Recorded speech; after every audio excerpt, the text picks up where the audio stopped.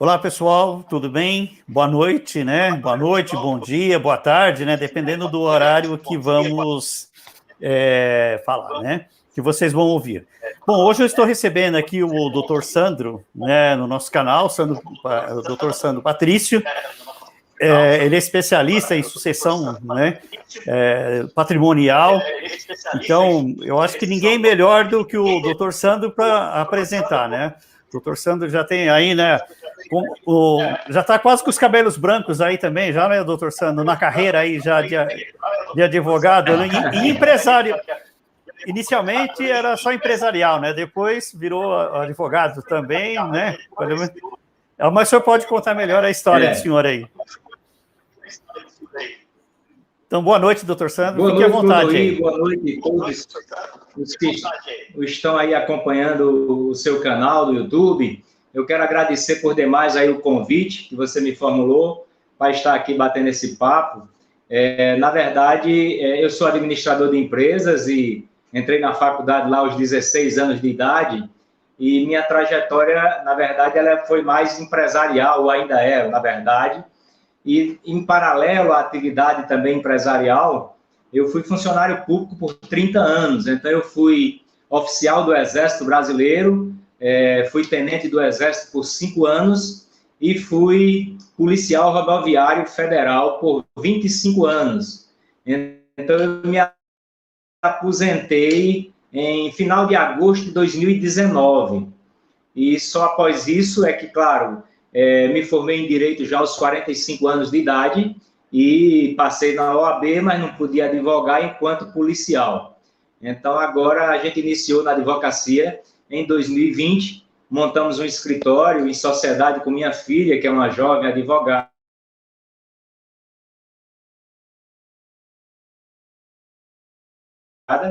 Temos uma equipe com vários advogados e o foco do nosso trabalho de administrador de empresas e também de empresário, já que sou empresário só em uma das empresas já temos 32 anos de atividade, né? Então, a gente tem aí cerca de 35, 36 anos de atividade empresarial em diversos segmentos, desde a agricultura, construção civil, incorporadora, comércio varejista de material de construção, imobiliária, enfim, acumulamos aí ao longo desses 55 anos de idade uma longa trajetória de vários tipos de negócios.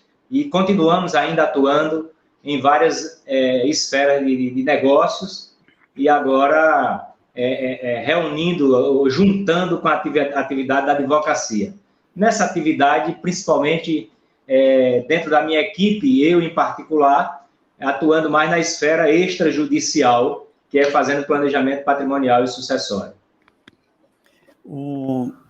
Doutor Sandro, bom, assim, patrimônio e sucessão aí, eu vejo assim que a maioria das empresas, quando tem algum pai de família, tal, isso e aquilo, ele pega e fala assim, ó, eu vou deixar o problema para os filhos, que eu não quero ter desavença com um, nem com o outro. E isso eu já vi acontecer, e já vi empresário falar isso, o senhor deve ter ouvido também isso, né? Quando nós falamos muito em governança corporativa, né? E aí, né, o que acontece? Deixa normalmente para os filhos resolverem, mas isso aí é um grande problema que ele deixa para os filhos, né? E aí, qual que seria o conselho do senhor na atitude, por exemplo, o patriarca já tomar as decisões agora e já fazer isso, montar uma proteção para os filhos, isso aí?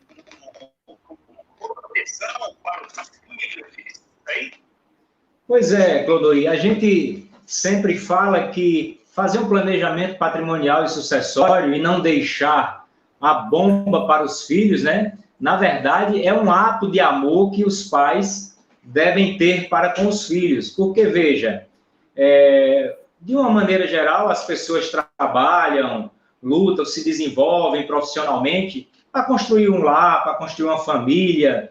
E dentro da sociedade capitalista, é natural que das sobras dos recursos adquiridos, seja de quem é assalariado, alguém que é da iniciativa privada ou pública, seja o empresário, não importa. as pessoas desenvolvem suas atividades profissionais, recebem recursos, recebem seus pagamentos, recebem prolabore, salário das suas prestações de serviço e, de certa forma, também tem suas sobras ao longo da sua vida que vão direcionando esse dinheiro, muitas vezes, para o patrimônio, para o acúmulo dos bens, porque é assim que as famílias vão procurando formar um lastro de proteção para ela em vida e também querendo dar uma melhor condição de vida para os seus filhos, para os seus herdeiros, quando daqui eles partirem. Mas a grande maioria das pessoas, e que o meu grande papel ultimamente tem sido tentar desmistificar de que planejamento patrimonial e sucessório é coisa só de milionários, porque os milionários, eles não têm problema depois que morrem, a maioria deles, alguns ainda vacilam, a exemplo, como um Gugu Liberato, que faleceu recentemente, que vocês estão vendo aí a briga no judiciário, porque não deixou as coisas devidamente planejadas, de forma correta, e nós vamos falar sobre isso. Então, é preciso que as pessoas entendam que, quando elas não planejam em vida, ao falecer, elas vão deixar que aquele patrimônio dele, da família, vá para inventário. E o inventário... Vocês estão me escutando? Perfeito, Clodoí? Doutor Sandro. Perfeito. Clodoí? Estou perfeito. Estou. Ok. Você saiu aí do ar há um pouquinho tempo. Então, não, é que eu tirei para dar o foco para o senhor, para dar o foco no senhor, porque o senhor é o principal, né? Ah, tá. O senhor é o principal, né? Então, assim, quando o patriarca ou a matriarca, quer dizer, os detentores daquele patrimônio falecem, então, necessariamente, obrigatoriamente, por força da lei, tem que se abrir o inventário. E é preciso que as pessoas compreendam isso, que o inventário tem um prazo para ser aberto de, no máximo, 60 dias após o falecimento. E se não abre esse inventário após, no máximo, em 60 dias, pagará multa por isso. E o inventário é o grande transtorno na vida de qualquer família por 3 elementos principais. Primeiro, o inventário se arrasta por anos, por décadas. Agora, recentemente, encerrou um inventário no Brasil que já tramitava há mais de 100 anos aqui no Brasil. Então, é comum inventário de 20, 30 anos. Então, esse é um primeiro grande problema para as famílias, para os herdeiros, que pensam que vão usufruir daquele patrimônio logo que os patriarcas se vão para outro plano, né? Mas não é fácil ficar com a sua herança. Segundo ponto, ao longo dessa trajetória do inventário, existe um dispêndio, um desgaste, um desembolso financeiro fenomenal, absurdo, que as famílias têm que ter, e aí dilapida boa parte do patrimônio para pagar os diversos compromissos para com esse inventário. É o segundo elemento terrível do inventário. E o terceiro elemento é do aspecto emocional, porque as pesquisas mostram que mais de 90% dos inventários, eles trazem como consequência, como reflexo, a desarmonia da família. É natural, é muito comum que os filhos, irmãos se desentendem, tios se desentendem com o sobrinho, filhos se desentendem com a viúva ou com o viúvo, com o pai ou com a mãe que sobreviveu. Então, é importante que os detentores, os proprietários hoje, quem nos escuta, ou os filhos que aqui escutam e possam levar essas mensagens para os seus pais, da necessidade de organizar isso em vida e evitar o inventário. Então, você planejando, você pode eliminar a figura do inventário. A gente quer, como profissional de planejamento patrimonial e sucessório, disseminar isso na sociedade, a ponto que, em alguns anos, a inventário seja praticamente uma letra morta da lei. Porque se você conversar com um juiz, ele, na verdade, vai dizer o quanto é terrível o inventário. Se você fala com um herdeiro, ele vai dizer o quanto é terrível o inventário. Para todo mundo é ruim o inventário. Porque você tem, e aí eu fiz até uma continha rápida aqui, vamos dar um exemplo de uma família que tem um patrimônio de R$1 milhão. É muito comum, mesmo um funcionário, uma pessoa de um salário, sei lá, num patamar aí de 8, 10 mil reais por mês, ao longo de 30 anos de trabalho, ele consegue, ou às vezes até financiou lá atrás um imóvel, hoje esse imóvel já está quitado, mas ele compra um imóvel e às vezes é o único imóvel da família. Então vamos para esse exemplo. Uma família que tem um único imóvel de R$1 milhão. Uma casa, eu moro aqui em Petrolina, Pernambuco. Uma casa de R$1 milhão é uma casa confortável, que você compra num bom local para se morar na nossa cidade, uma cidade de porte médio, de 350 mil habitantes. E aí o pai e a mãe podem dizer, poxa, eu lutei a vida inteira e o único patrimônio que eu consegui foi essa casa, mas pelo menos quando nós partirmos, nós vamos deixar para nossos 2 filhos uma casa, então eles vão ter um conforto, eles vão ter uma continuidade do conforto, caso eles não consigam ter um padrão de salário melhor do que o nosso, coisa desse tipo. E aí é um ledo engano. E aí o pai está se auto-enganando e enganando a seus futuros herdeiros. Porque, na prática, uma casa que vale hoje R$1 milhão, ela foi comprada há 20, 25 anos atrás, sei lá, vamos chutar aqui que foi comprada por R$200 mil. Então, a escritura dela está registrada por R$200 mil. Mas vale hoje no mercado R$1 milhão. Essa pessoa não faz o planejamento, morre. Aí os herdeiros têm que abrir o inventário dentro de 60 dias. Aqui em Pernambuco, por exemplo, o imposto ITCMD, que é o Imposto de Transmissão de Causa-Morte ou Doação, ou Imposto da Morte, como a gente chama no popular, que a lei federal permite que os estados determinem esse valor até, no máximo, 8% do valor de mercado do patrimônio. Aí em São Paulo, por exemplo, aproximadamente, eu acho que é em torno de 4% a cota do ITCMD, mas Pernambuco já está com a cota máxima permitida pela lei federal. Mas você que é de São Paulo, está me escutando, calma, já tem projeto tramitando aí para aumentar para 8% também. Então, 8% de R$1 milhão dá R$80 mil. Então, é muito comum, a gente pode dizer que quase na totalidade, a família que deixou apenas um bem de R$1 milhão, os filhos não têm guardado no banco R$80 mil disponível para pagar de imediato esse imposto para o governo do estado. Então, 80 mil já vai ter que arrumar esse dinheiro de qualquer maneira.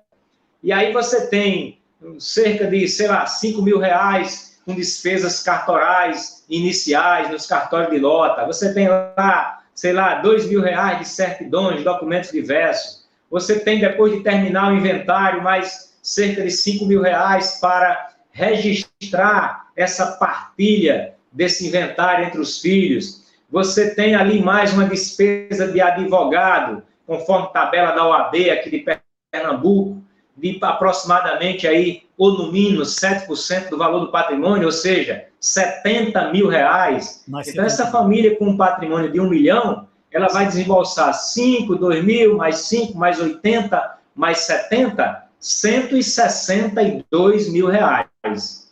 Mas veja, e aí, na prática, o que é que acontece? Essa família se desespera, vai para a esquina vender esse imóvel, vai implorar através do advogado ao juiz para dar uma concessão para que venda, antes de concluir o inventário, esse imóvel, para que possa, daquele dinheiro da venda, pagar o próprio TCMD e pagar despesas diversas.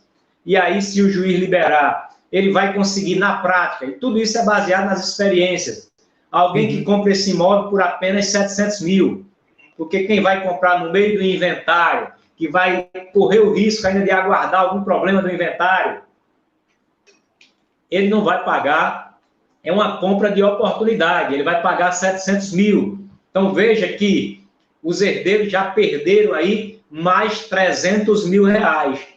Acontece que na hora que ele vende por 700 mil, ele comprou lá no passado por 200. Aí a Receita Federal cobra 15% do imposto de ganho de capital sobre a diferença. 700 mil do valor da venda, 200 mil que era o valor de origem, 500 mil foi o lucro que a família teve. 15% sobre 500 mil dá 75 mil reais que tem que pagar no mês seguinte para a Receita Federal, para a União. Então, nós teremos agora, além dos 162 mil que eu falei, nós teremos mais 75 mil. A despesa agora cresceu para 237 mil reais. Ora, aquele imóvel que vale R$1 milhão foi vendido por apenas 700, a família teve que desembolsar para pagar cartório, governo do estado, advogado e Receita Federal, 237 mil. Para tirar de 700, só sobra no bolso dos herdeiros 463 mil reais. Ou seja, perdeu a família 537 mil reais. Ou seja, 53,7% do patrimônio foi embora nessa movimentação. Os pais, ou o pai que foi lá para o Outro Oriente, foi para o Oriente Eterno, imagina que deixou a família confortável e deixou a família em maus lençóis, porque agora ele, com os herdeiros, com 463 mil, dividido entre os 2 filhos, vão comprar 2 casinhas de 200 mil na periferia da cidade, como é o caso da cidade de Petrolina, uma casa de 200 e poucos mil, ela já vai estar num bairro periférico. Isso é uma verdadeira queda de padrão de vida que os pais vão deixar para os filhos. Então, isso não é o ideal. O ideal é fazer o planejamento agora. Ok, Clodoir? Sandro, e assim, vamos supor, né, nós estávamos conversando antes, o senhor estava falando que o ideal seria proteger isso aí através de uma holding. O senhor poderia falar um pouco sobre a holding, como que funciona essa holding? E assim, vamos supor, já veio uma pergunta aqui para mim, pedindo assim, a partir de quanto de patrimônio é ideal você já começar esse planejamento? 1 milhão, 2 milhões? Ou, no mínimo, quanto o senhor acha que é o ideal já começar a fazer esse planejamento? Olha, a gente tem uma ideia, porque veja, nos países desenvolvidos, nos países da Europa, Estados Unidos, também, há muito tempo, esse conceito de holding existe há 150 anos, 200 anos.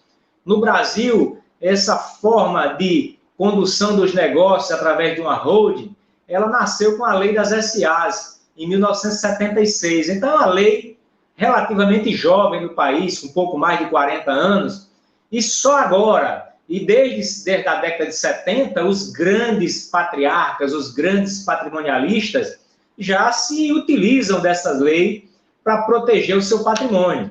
A sociedade, vamos dizer, menos abastada, a sociedade com menos poder aquisitivo, ela está agora, depois de mais de 40 anos, é que ela está tomando conhecimento. E esse é o nosso papel, eu e uma leva de vários advogados pelo Brasil, estamos fazendo esse movimento para desmistificar que só os grandes podem fazer. Então, porque nesses outros países, praticamente, quando a criança nasce, o pai, além do CPF, como tem no Brasil, o pai já abre um CNPJ para aquela criança.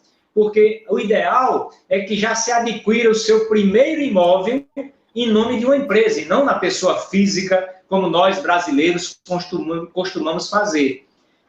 A gente tem que entender que é o seguinte, pessoas morrem, pessoas falecem, empresas, em tese, não vai morrer, não necessariamente. Então, uma pessoa, quando morre, tem que se fazer inventário. Uma empresa, se o sócio falece, ela continua existindo.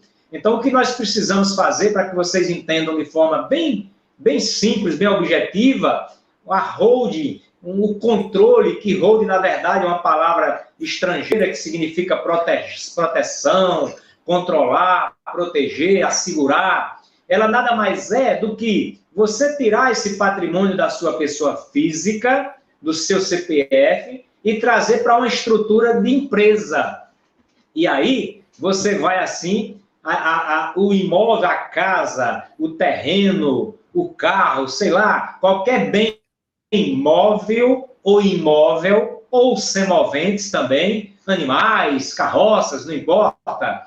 Tudo isso pode compor uma holding e ela deixa de pertencer a uma pessoa física e agora o proprietário não é uma pessoa, o proprietário é uma empresa. e as pessoas são donas das cotas societárias daquela empresa.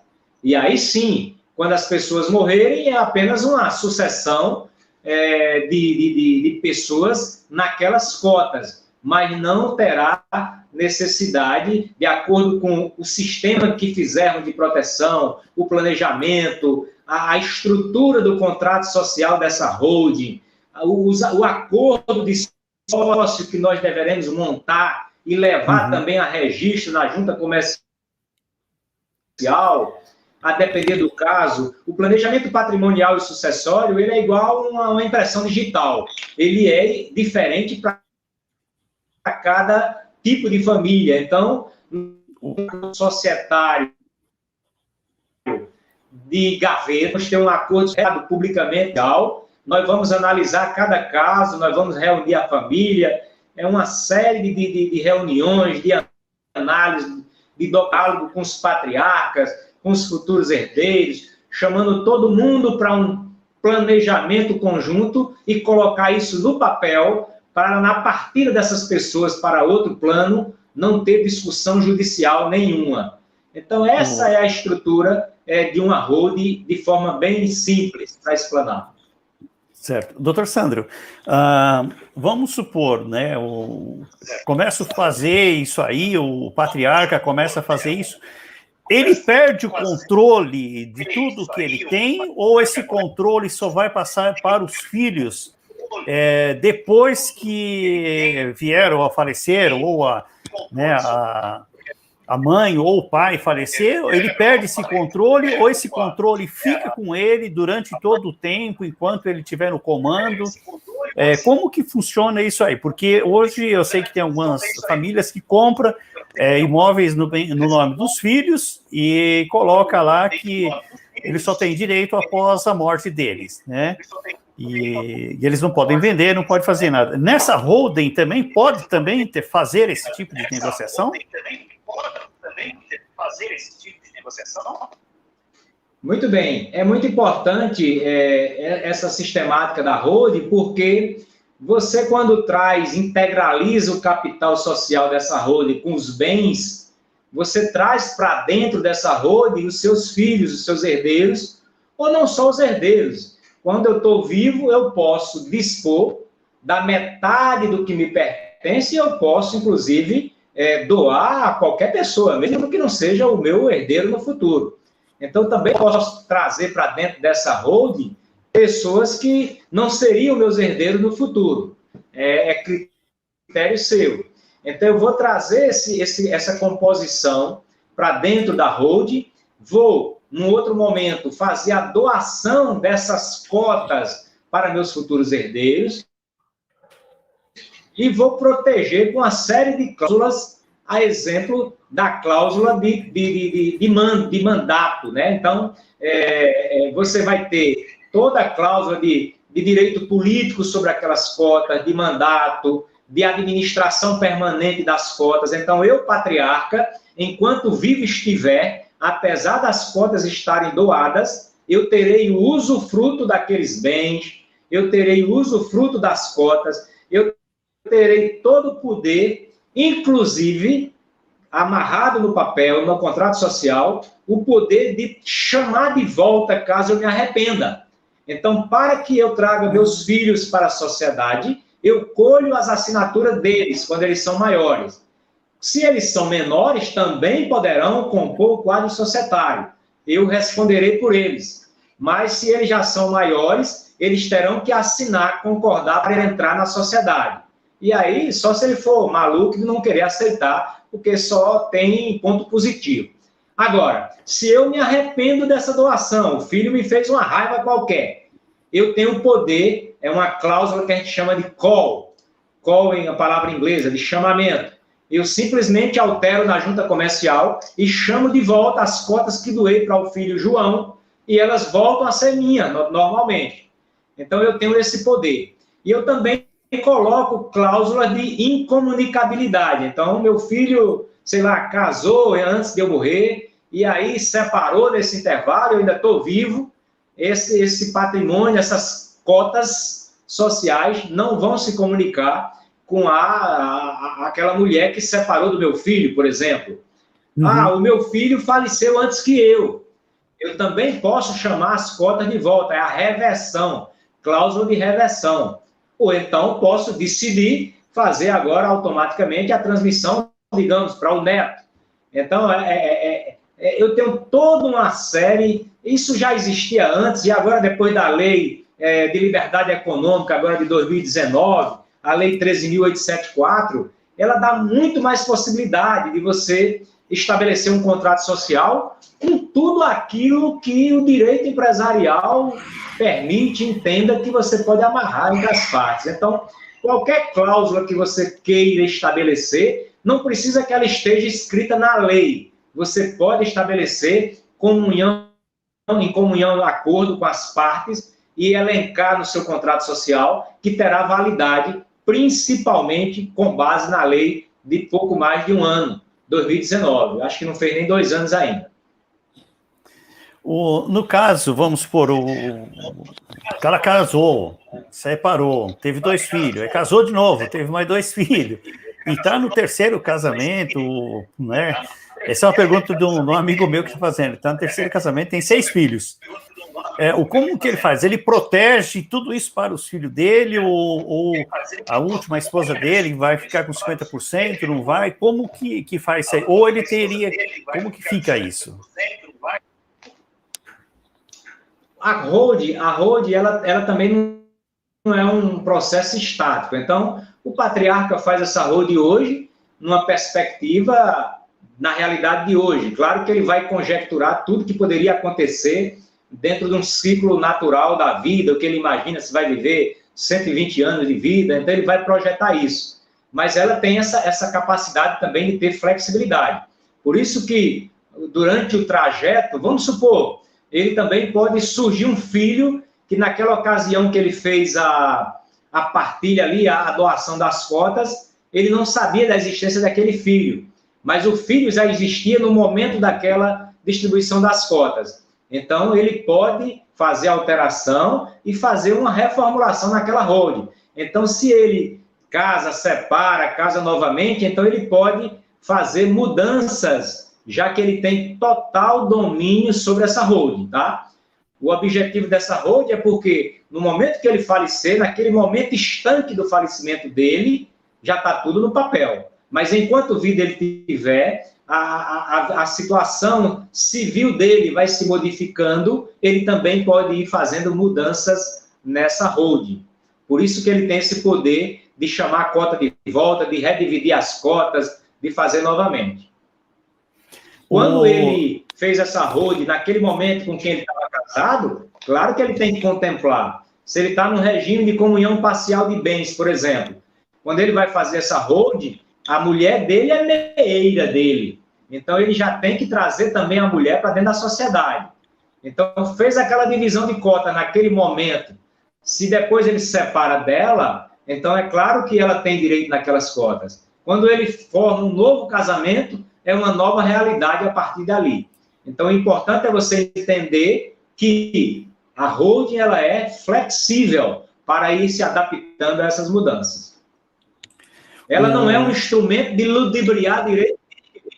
Então, claro, e tem pessoas que às vezes procuram o profissional para fazer um planejamento, querendo, sei lá, ludibriar, porque ali tem um filho fora do casamento e ele não quer contemplar esse filho. Aí é bobagem, não deve fazer isso. E quem é profissional de planejamento patrimonial e sucessório, sabendo desse objetivo, certamente, dentro de um critério ético, vai recomendar que não faça, porque se fizer, vai dar problema no futuro. Aquela pessoa que ficou de fora, que não foi contemplada na holding hoje, ela vai acionar na justiça e aí esse planejamento vai por água abaixo. Então, a holding não é instrumento de fazer coisas erradas. A holding é um instrumento legal de planejamento tributário, inclusive a lei permite que a pessoa possa se utilizar dos instrumentos da lei para fazer a forma de pagar a melhor tributação, a que melhor lhe convier.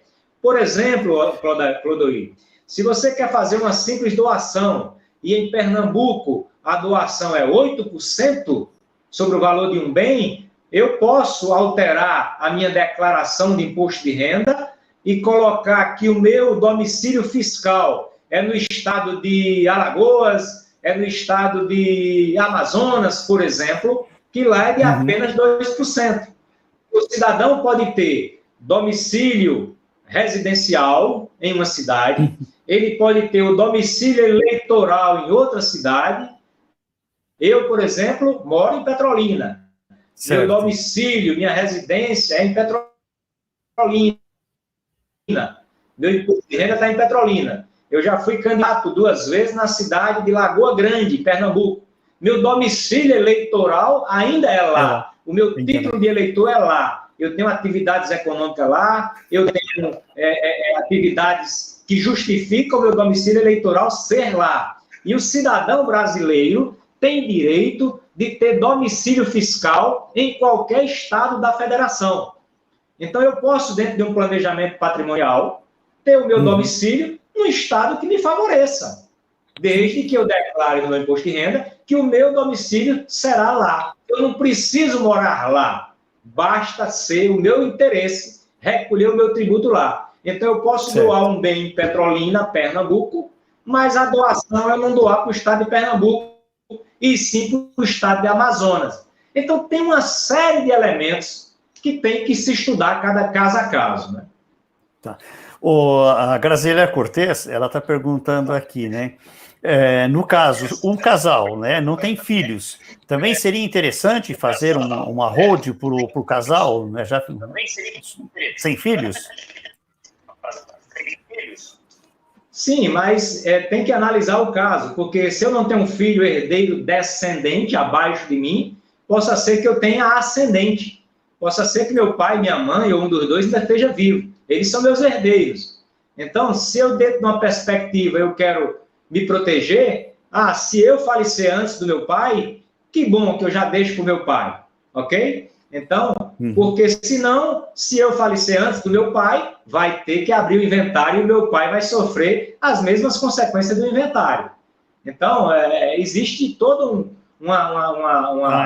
um escalonamento da hereditariedade dos herdeiros, aliás, dos herdeiros, né? Das partilhas dos bens de um falecido. Não é só filho que a gente tem que pensar. No caso, a Clélia Vieira Brambila, ela está perguntando aqui, né? No caso de o pai vier a faltar, e quando formar essa holding e tem filho menor, já pode estipular um tutor, por exemplo, para cuidar dos bens, para continuar dentro dessa holding, cuidando das cotas desse menor? Ou da menor, né? Boa pergunta. Pode sim, isso tanto pode vir já no contrato social, como também nós já podemos colocar, principalmente no acordo de sócio. Então, eu já posso definir um acordo em vida, quem é que eu pretendo que seja ali o tutor desse filho menor para fazer a gestão desse patrimônio. Certo. O Celso Costa, ele está perguntando aqui, né? Tem escritórios que trabalham com grandes fortunas, né? E aqui ele coloca assim, qual seria o valor mínimo, né? Por exemplo, para o senhor pegar uma holding, formar uma holding, fazer um trabalho, o senhor ou os advogados, né, do senhor, quanto que seria um patrimônio mínimo para vocês falar, não, esse aqui vale a pena fazer ou não?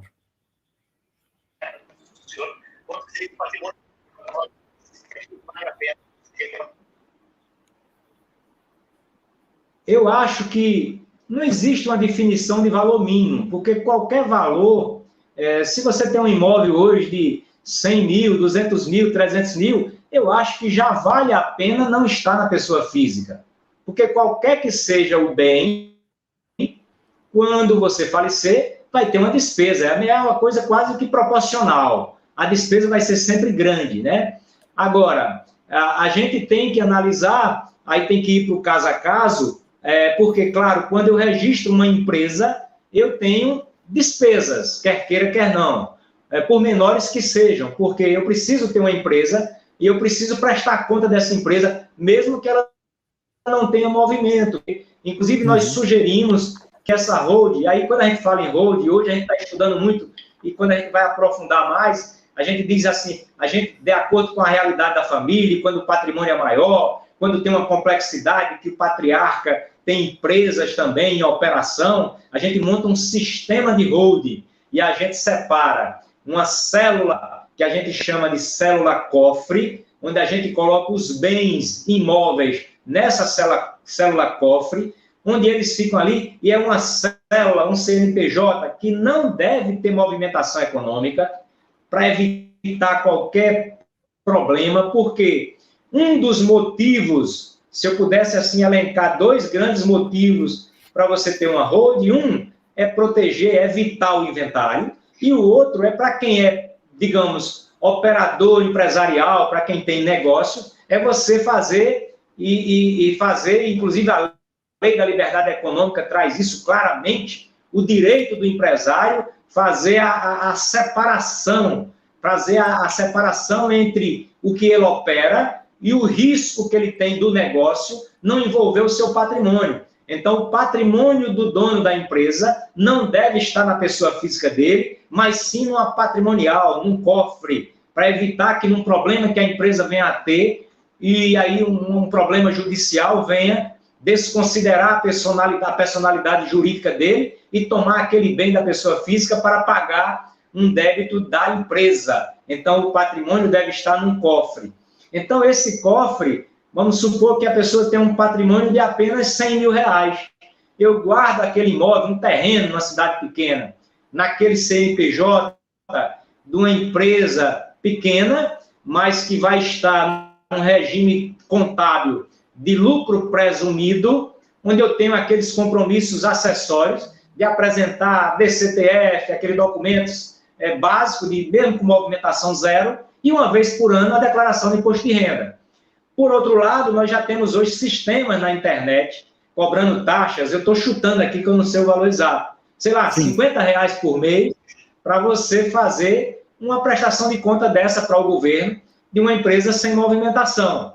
E às vezes você pode ser um microempresário, um pequeno empresário, dono de um pequeno comércio, às vezes não tem nem empregado, é só você e sua esposa, mas você tem um bem de 100 mil, de 200 mil, e você já tem o seu contador, que cobra ali, sei lá, meio salário mínimo por mês, para fazer a contabilidade de sua empresa. Sugestão, faz essa holding, abre esse CNPJ, pega aquele imóvel único que você tem, bota dentro desse cofre, fala amigavelmente com o teu contador, que ele vai fazer essas apresentações de documentações acessórias sem te cobrar nada. Eu tenho certeza que ele fará. E aí você deixa de estar correndo o risco de repente, aquela sua microempresa ter um problema fiscal, trabalhista, ambiental, qualquer coisa dessa ordem, e você, de repente, perder aquele seu patrimônio que muitas vezes você adquiriu antes de você ser empresário. Entendi. Você adquiriu com esforço anterior a essa empresa foi aberta mais recentemente, infelizmente, diante da pandemia, vamos supor, do coronavírus, a empresa quebrou, que aconteceu com muita gente, e agora tu vai perder um patrimônio lá do passado, que foi adquirido com recursos que não tem nada a ver com a tua empresa. E isso pode acontecer. Por isso que esse patrimônio deve ser segregado. A lei de liberdade econômica, se antes a lei já, entre linhas, permitia, hoje ela está clara. Ela diz textualmente que o empresário pode fazer a segregação do patrimônio para não colocá-lo no risco com o seu negócio. Esse aí tem um questionamento aqui, né, do Celso. Ele coloca assim, né? É muito mais importante, então, no caso, você ter uma holding ou você ter um fundo fechado, que seria um fundo familiar, né? Qual que seria o mais vantajoso aí no caso, né?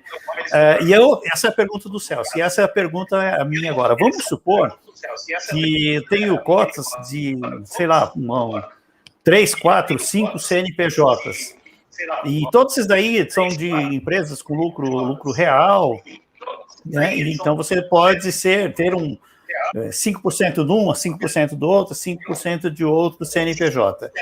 Nesse caso, eu poderia, então, abrir a holding e essa holding ter 5% de um CNPJ, 5% de outro, porque eu conheço empresários que participam de 10, 12 empresas com valores pequenos. né? E aí, então, se ele abrir essa holding aí, então ele teria uma certa garantia, ele teria uma proteção, mesmo que essa holding quebrasse lá, essa holding não, essa empresa que ele participa lá, ela quebrasse, o patrimônio dele estaria protegido, então, porque ele não seria um administrador, ele só seria um participante, né, da empresa. Então, nesse caso, ele não perderia o patrimônio dele.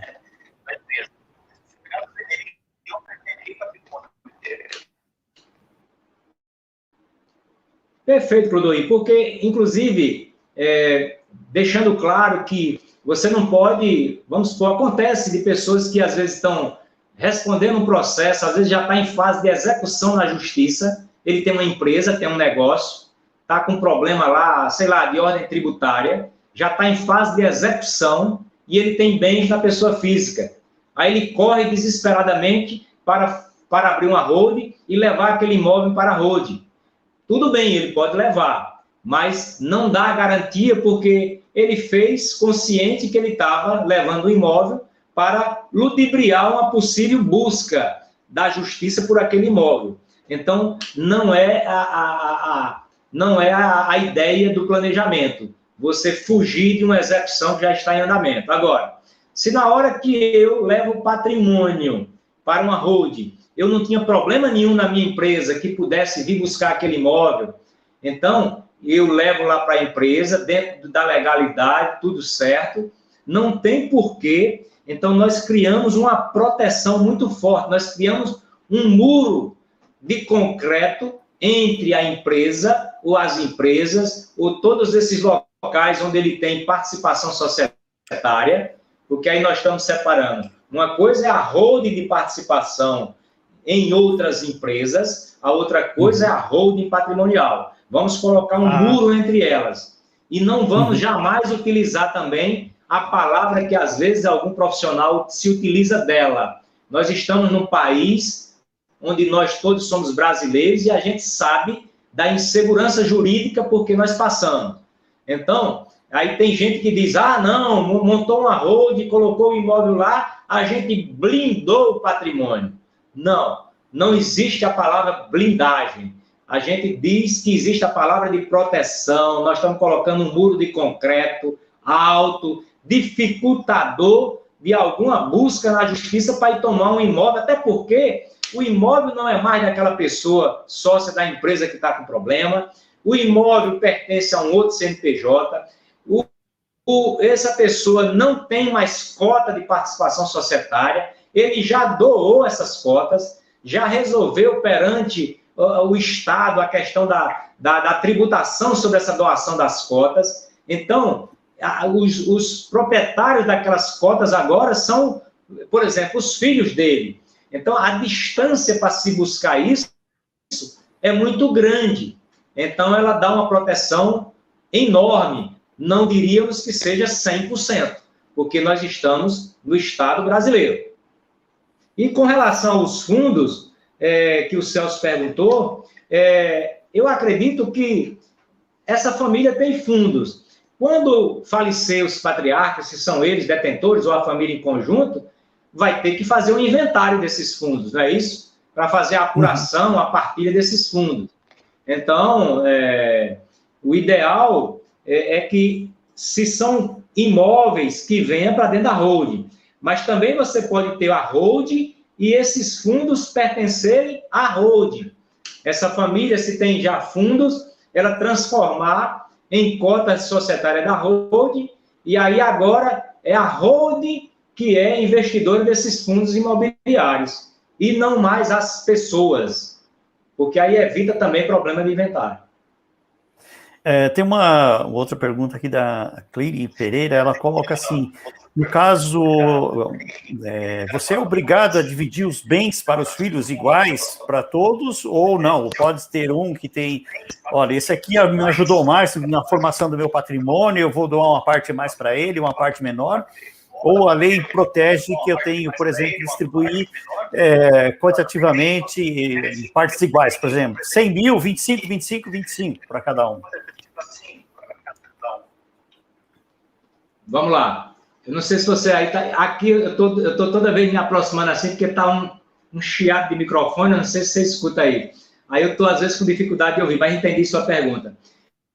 Então, vamos lá. Quando eu estou vivo, vamos dar o exemplo que eu sou casado em comunhão parcial. Tudo que eu tenho hoje, vamos dizer que eu tenho 2 filhos. Tudo que eu tenho hoje, a metade é da minha mulher e a metade é minha. Agora, dessa minha metade, eu posso, vamos supor, de um pacote de 100%, 50% da minha mulher e 50% é meu. Desse meu 50%, o que agora do bolo todo é 25%, eu posso fazer o que eu quiser. Inclusive, como eu falei lá no começo, posso dar até para quem não é herdeiro.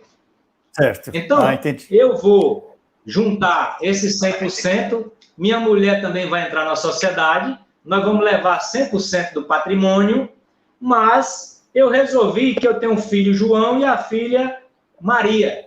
Mas eu quero dar um pouco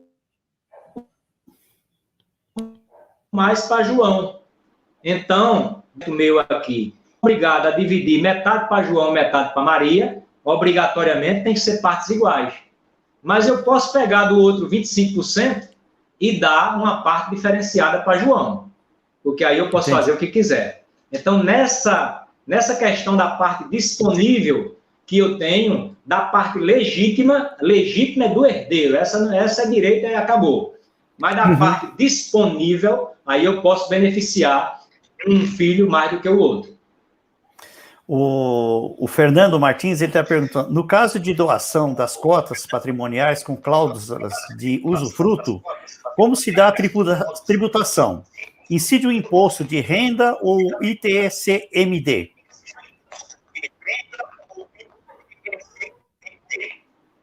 Não, nós vamos pagar o ITCMD, o ITCD no caso, né, que não é causa-morte, é o de doação. Então, vai existir o imposto de transmissão de doação sobre o valor das cotas. E aí depende da legislação do Estado. Tem Estado que apura esse valor pelo patrimônio líquido. Então, se eu integralizo os bens a valor histórico, a valor lá de origem, eu vou, então, ter um patrimônio líquido baixo. Então, eu vou fazer a doação com um valor bem baixo. Tem Estado que diz, se a doação é de cotas e não houve nos últimos 6 meses uma movimentação financeira, uma efetiva compra e venda de cota que demonstrasse um valor dessas cotas, o Estado vai arbitrar, vai avaliar o valor de mercado dos bens que compõem aquelas cotas e vai cobrar o ITCD sobre o valor desses bens, de Estado para Estado. São Paulo, por exemplo, faz mais ou menos dessa forma. Ele analisa se não houve movimentação nas cotas e vai cobrar sobre o valor do imóvel, valor de mercado do imóvel ou valor venal. E aí existe uma discussão, tem um valor de referência para efeito de IPTU, tem um valor venal, que é aquele valor que o bem poderia vir a ser vendido, por exemplo, num leilão, e tem o valor de mercado, que é aquele que você vai para a rua e efetivamente encontra quem compra. Então, isso é arbitrado pela Secretaria da Fazenda de cada estado. O cidadão tem direito de contestar. Agora, recentemente, a gente fez no nosso escritório um inventário que o cidadão tinha 2 imóveis, uma casa e um terreno. A Secretaria da Fazenda avaliou a casa. A casa era 250 mil, o terreno era 40 mil reais. Aí a Secretaria da Fazenda avaliou a casa em pouco mais de 100 mil, muito baixo, e avaliou o terreno por 100 e poucos mil, ficou a mais, aliás, por 70, se não me falha a memória. Aí o meu cliente ficou insatisfeito, e aí queria discutir, aí eu fiz a continha com eles, fica quieto. Então a fazenda avaliou por baixo tua casa e avaliou por alto teu terreno, mas teu terreno era muito mais barato. Se tu for discutir a avaliação do terreno, ela vai reavaliar a casa e tu vai pagar mais imposto. Então, tem toda essa discussão, e aí cada caso tem que ser analisado, mas é por aí. Então, aí, quando você vai estudar o caso, existem muitas formas de se resolver isso, seja procurando um estado com doação de menor tributação, às vezes o cliente não se sente seguro em mudar o seu domicílio fiscal para um outro estado mais vantajoso, apesar da gente mostrar a lei e tudo, ele não se sente seguro.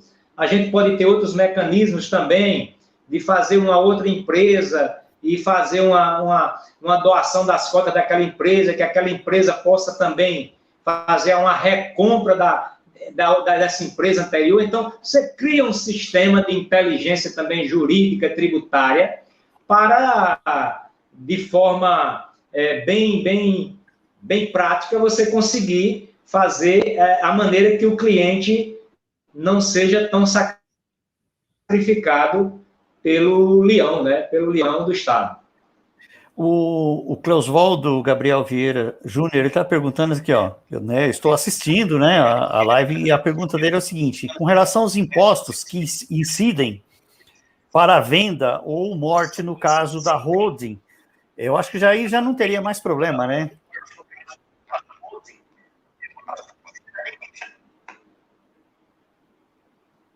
Clodoy, me escuta? Sobre os impostos que incidem sobre o quê?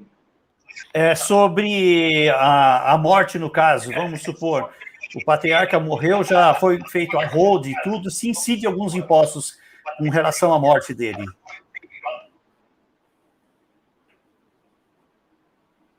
Você está me escutando bem? Sim, estou. Ok, então eu não consegui ouvir até o final, mas vamos lá. O imposto que incide quando o patriarca morrer. Eu estou entendendo que é depois de já ter feito toda a holding, não é isso? Depois que ele falece, se já foi feito o sistema da holding, se a pergunta foi essa, que eu não escutei, não vai ter inventário, é uma simples alteração de contrato social na junta comercial. Os herdeiros vão levar o atestado de óbito e vão fazer a alteração, e aí automaticamente eles passam a ser os mandatários daquelas cotas. Mas essa pergunta me trouxe uma observação, que eu volto ainda a uma pergunta que foi feita, acho, pelo Celso, ou por você. Outra cláusula muito importante que eu tenho poder, porque aqui eu saio da esfera do direito civil e eu venho agora para o direito empresarial. Então, veja, quando o patriarca monta essa holding, ele pode decidir juntamente. A gente fala o patriarca, mas eu estou aqui falando do homem e a mulher. Então, se ele e a esposa se reúnem e fazem o sistema da holding para os filhos, e eles decidem, eles aceitam, nós, como profissionais, vamos oferecer essa proposta. Nós vamos colocar cláusulas de que, se falece a esposa, os filhos vão ter que esperar também o falecimento do pai. Ou se falece o pai, os filhos vão ter que esperar que faleça também a mãe. Ou seja, o gatilho que vai disparar o mando da empresa, que vai dar o poder agora dos filhos controlar aquela holding, só quando falecer o casal. Não basta falecer apenas um. E quando falecer os dois, é uma simples alteração na junta comercial. Doutor Sandro, então, eu vou fazer uma brincadeira aqui. Bom, então, tem um colega nosso aí, né? A mãe está com 102 anos, 2 irmãos deles já faleceram com 80 e poucos anos. Então, esses daí estão ferrados, viu? Se esperar a mãe morrer, viu? Porque é muito... 102 anos já... Ele falou, 2 irmãos meus já faleceram e a minha mãe ainda está lá, ó, firme ainda. Quer dizer, ela, até hoje ela estaria tomando conta ainda. Mas é mais uma brincadeira aí. Mas, doutor Sandro, vamos supor, eu sei que nós estamos aqui em São Paulo, tal, e se pessoas que estão ouvindo, porque a live você sabe que vai estar para o Brasil todo, né? Toda hora, normalmente quando passa uns dias é que realmente tem um número de pessoas grandes, um número de pessoas que assistem depois, né? Não assistem na hora, mas assistem depois. Vamos supor, eu deixei já o link do senhor, mas eu gostaria de saber o seguinte, vamos supor, se alguém gostaria de fazer uma consulta para o senhor, entrar em contato, porque assim, né, aqui tem pessoas que estão aqui conosco aqui que têm grandes clientes, né, eu não vou citar o nome, tem grandes clientes com grandes fortunas aí que está participando aqui. Vamos supor, se quisesse entrar em contato com o senhor, como que eles deveriam proceder? Eu sei que o senhor tem um site, então, mas poderia deixar algumas informações do senhor aí para nós? Eu tenho a rede social aí, tem o Instagram, que é só inverter, é Patrício Sandro, @Patrício Sandro, e lá na bio do meu Instagram tem tudo lá, inclusive celular, tem o meu Facebook, o meu YouTube, e no YouTube a gente tem colocado alguns vídeos, algumas coisas, alguns conteúdos falando sobre outros aspectos que envolvem o planejamento patrimonial e sucessório. Então, na rede social é fácil, inclusive o número que tem lá no Instagram é o mesmo que acesso ao WhatsApp, é tudo público. O nosso papel é justamente levar conhecimento para toda a população. Hoje eu faço parte de um time denominado Time Holding Brasil. É um movimento que nasceu há pouco mais de um ano no Brasil. Ele está ganhando força, onde tem já cerca de 1.000 advogados dos 27 estados brasileiros, e nós temos, inclusive, vários parceiros desse grupo de estudos que a gente vem fazendo há mais de um ano, continuamente, quase que diariamente. A gente se comunica em videoconferência, tem dia que a gente faz reunião com mais de 400 advogados ao mesmo tempo, coordenado por um professor que é do Rio de Janeiro, mas que está morando em Miami, e de lá ele nos coordena. Nós estamos esperando passar a pandemia para nascer aí o primeiro evento presencial nacional sobre holding familiar. Nós estamos com o papel de quebrar as barreiras dessa coisa de que holding familiar era coisa só para milionários, e hoje a gente quer que todo o Brasil possa tomar conhecimento dessas possibilidades. Então, é só entrar na nossa rede social, interagir conosco aí para a gente trocar informações e ir ampliando o conhecimento sobre isso. Me passaram mais uma pergunta aqui. É o seguinte, vamos supor, eu tenho a holding, eu participo de empresas, né? E essas empresas distribuem dividendos, né? Distribuem o lucro delas e vai entrando esse lucro na holding. Eu posso resgatar esse dinheiro, os participantes, os cotistas podem resgatar esse dinheiro que entra como dividendos de empresas e participações que eles participam? Ou tem impostos também? Sim, da mesma forma. E dividendos não gera nenhum pagamento de imposto, né? Então, os lucros da empresa, os dividendos, não têm imposto, embora o governo já venha pensando nessa possibilidade de tributar isso, né?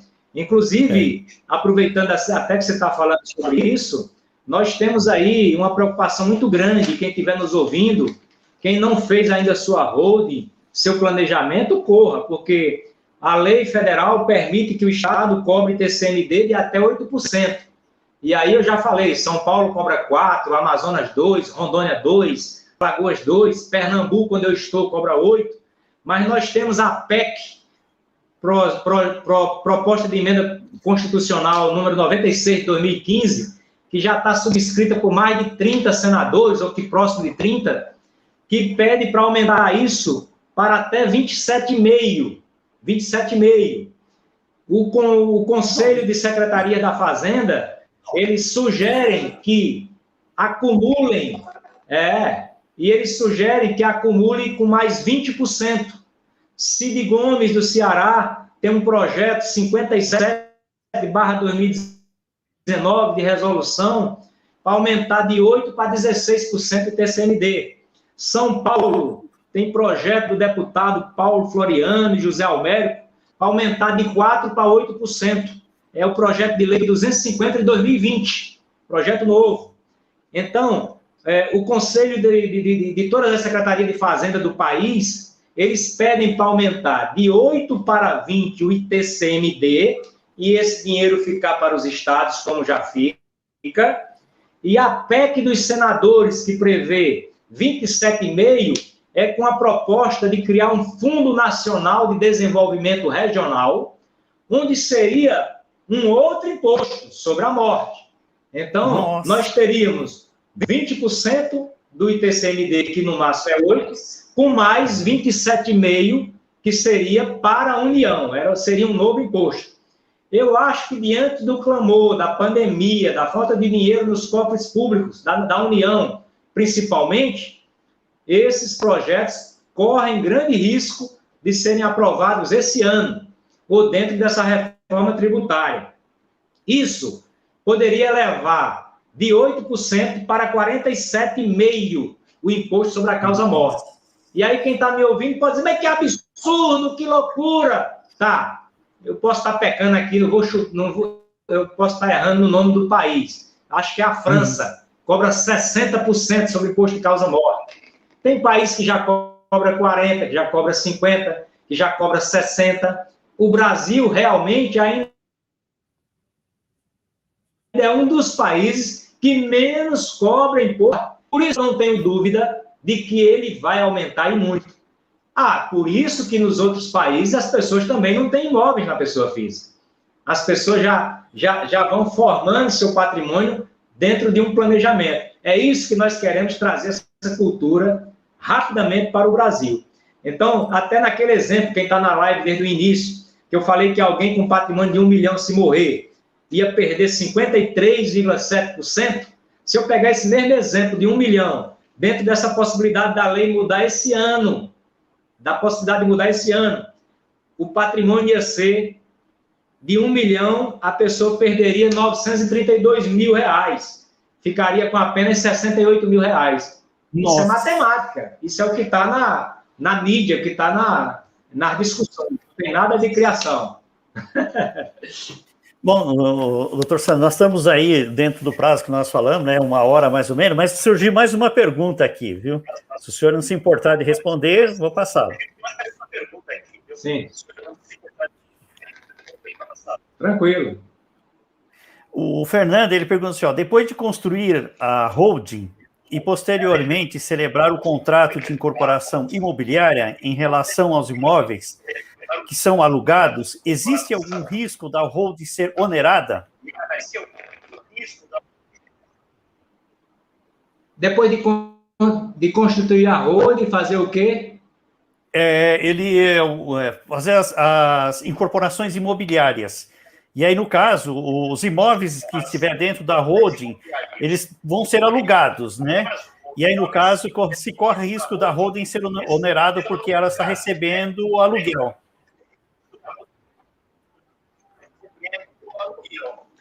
Muito bem. Ok. Hoje eu tenho aí aquela análise do caso a caso. Se eu sou uma pessoa física que tem um imóvel alugado de até R$ 1.900 por mês, aí vamos lá, a família só tem um imóvel, é R$ 1.900, eu sou isento mensalmente. Se eu tenho mais do que 1.900, eu posso recolher de 7,5% até 27,5% sobre o valor de aluguel.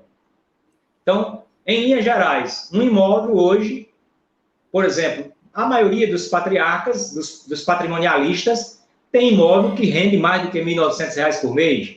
Então, ele vai pagar cerca de 27,5% de imposto de renda sobre o valor de aluguel. Se esse imóvel estiver na holding, e aí tem várias possibilidades, mas o máximo que ele poderá pagar é 11,33%, dentro de uma holding, no lucro presumido, aqueles 4 impostos. Contribuição social sobre o lucro líquido, imposto de renda, PIS, COFINS, a soma deles vai totalizar ali, no máximo, 11,33%. Essa é o cálculo. Então, mesmo que a sua operação requeira aluguel de imóveis, é muito melhor estar o imóvel na pessoa jurídica do que na pessoa física. Na hora de vender esse imóvel, se eu tenho um imóvel na pessoa física e eu vendo, conforme eu falei aqui, no caso de vender aquele imóvel no inventário, se eu estou vivo e vendo um imóvel na pessoa física, eu vou pagar 15% sobre o lucro que teve do imóvel, é o ganho de capital. Então, esse ganho de capital, se eu tiver com esse imóvel na pessoa jurídica, e aí é um jogo contábil, se eu tiver com ele no estoque, ele está dentro da minha holding, mas ele está classificado no ativo circulante como um imóvel, um estoque para revenda, eu vou pagar algo aí em torno de, eu acho que menos de 7%, diferentemente do 15% que estivesse na pessoa física. Se eu tiver com esse imóvel no imobilizado, aí já é no ativo permanente, aí eu vou pagar algo tipo, eu acho que é 30 34%. Então, é apenas um cuidado de planejamento para quando eu vou fazer essa roda, eu já faço um estudo. Olha, esse imóvel aqui, eu pretendo vender ele nos próximos anos. Aí eu já classifico ele no circulante. Esse outro imóvel, não, esse é para perdurar mais, é uma manutenção, a gente já joga no imobilizado. Antes do período que eu imaginava, surgiu uma necessidade, eu faço um trabalho com um contador, uma transição contábil para levar aquele imóvel do imobilizado para o circulante, para que ele possa ser tributado de forma menor. Então, se você faz a coisa organizada, tanto com o profissional do direito, como o profissional de contabilidade, qualificados adequadamente, então você vai ter um processo de ganho em qualquer situação tributariamente. Maravilha, viu? Não, realmente, por isso que o pessoal fala que os pobres pagam mais impostos, né? Porque ele paga no salário, ele paga os impostos, cada produto que ele compra, né? E os ricos realmente têm toda essa proteção, né? E como o senhor está desmistificando isso para nós agora, que não necessariamente tem que ser milionário para poder ter a rolha. Eu acho que isso aí foi o nosso papo mais importante, eu acho que foi essa desmistificação que o senhor está colocando para nós. Claro. Esse é o nosso grande papel, é difundir isso mesmo, popularizar esse tema. E aí, claro, seja para o rico milionário, seja para quem tem 500 milhões de patrimônio, seja para quem tem 50 mil reais, nós estamos aí prontos para orientar. Bom, doutor Sandro, eu não sei como agradecer ao senhor pelo aceitar nosso convite, né, pela participação. Realmente ficamos bastante grato aqui, porque assim surgiu muitas perguntas, assim, interesse, né? A gente tem amigos, né, que realmente estamos conversando, falando, né? Mesmo entre famílias também, conversando sobre isso. E quando eu vi a entrevista do senhor no rádio, eu falei, não, tenho que conversar com o doutor Sandro aqui para ele explicar para nós. Tá? Então, muito obrigado, né? Assim, tem um pessoal também estão colocando aqui, foi muito bacana, obrigado pela colocação do senhor, pelas explicações, e gostaria de deixar o senhor à vontade aí para o senhor encerrar com algum conselho ou com uma orientação, fique à vontade aí. Godoy, eu que agradeço a oportunidade, fico muito feliz aí de poder estar contribuindo, agradeço a audiência de todos, o Celso, eu acho que está aí também acompanhando, né? Isso. Estamos aqui em Petrolina, no Vale do São Francisco, à disposição, e hoje, com esse mundo virtual, a gente está à disposição para o mundo inteiro, na verdade, né? Mas quando quiser também vir aqui tomar um vinho do Vale do São Francisco, comer um peixe assado na beira do rio, tomar um banho nas praias de água doce, dar um passeio de lancha por aqui, venha que aqui é muito bom, viu? Interior do Nordeste, a cidade que mais cresce, a maior potência de exportação de fruticultura do país, viu? Não, eu já tenho uns convites para ir aí do nosso amigo, né, em comum. Ele está sempre convidando para ir. Vamos lá para a gente visitar o doutor Sandro, ele sempre fala. Mas, tá bom. Então, muito obrigado. E eu quero agradecer também todos aí que participaram, né, o Alisson, o Celso, o Fernando, o Léo, né, lembrando o nome de alguns, o Cleosvaldo, o Christopher, Graziella, Sandro, né, também que participou aqui. Então, não tem o nome de todos aqui, é só que mandaram perguntas que parecem o nome para mim, né? Mas tem mais pessoas que estão participando aí, né? Então, muito obrigado a toda a audiência. Como seria o ideal aí para... Se ficou alguma pergunta sem ser respondida, qual seria a forma de chegar até mim e eu responder a todas depois? Então, não, acho que a maioria eu li, viu? Porque tem algumas que são incomuns, né? Que a maioria são incomum. Aqui tem está colocando aqui, ó. Eu adorei a pergunta, os questionamentos, né? A Leila está colocando aqui. O Anselmo colocou aqui, puxa, né? Que ele realmente precisava ele precisa de uma consultoria, mas ele chegou tarde. Mas depois você assiste aí, Anselmo. Aí, mas tem o doutor Sandro também aqui, que pode entrar em contato. Obrigado. O Christopher está colocando aqui, ó, fala para o doutor Sandro que se ele mandar passagem, eu estou indo amanhã.